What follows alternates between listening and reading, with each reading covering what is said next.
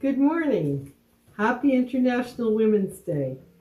I would like to dedicate this piece to the women of the church in my past.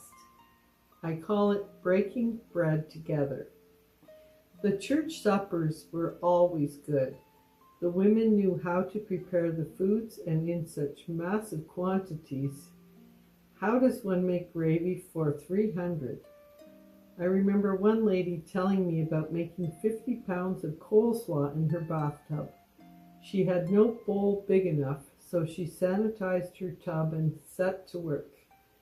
Another one said she seized the motor of her food processor making an enormous cheesecake. Said she carried on with beating the cream cheese by hand. The women were a tough breed, and smiling all the time, as I remember. A friend's mother slipped on the church steps carrying in 2 luscious apple pies for a feast. After the pies fell to the ground, she turned on her heels and went home to make 2 more. The women were the engine that kept the church going.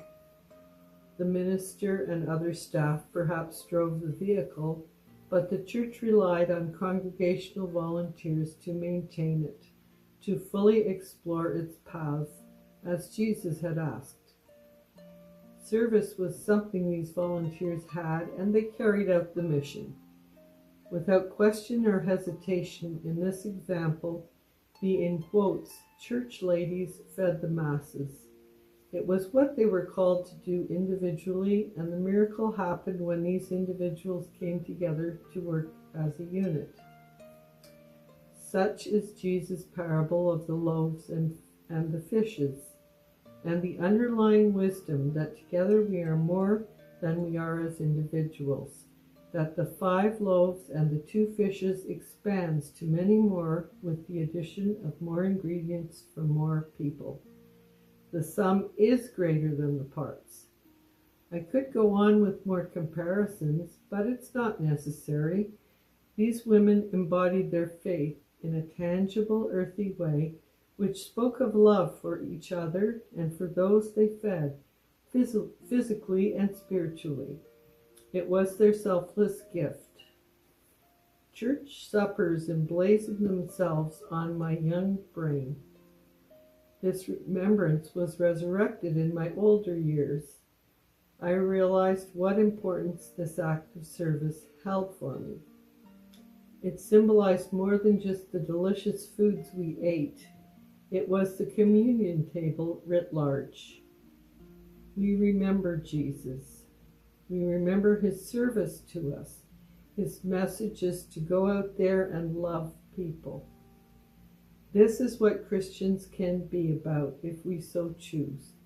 It starts with the humble meal together, breaking the bread. It goes on from there to provide nourishment to others and to serve the world, literally and metaphorically. This is very like our homes of origin, what our mothers and grandmothers did for us. It was often taken for granted, this daily ritual of meals. And what do we remember of those times? The family recipes, written on scraps of paper, recipe cards, cookbooks with splattered pages. This is the spiritual legacy of being together with our families, remembering the warm feeling of those ordinary days. They hold great significance now, speaking gently and passing on the legacy of love from generation to generation. Many of our elders are gone into the next world.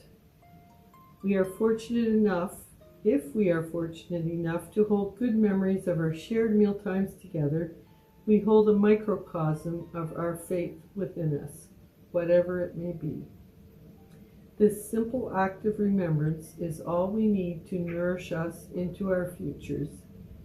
When we feed our families and friends, we pay it forward, making a bright memory for them. We cannot live on bread alone, but it's a good start. Thanks be to God. Amen.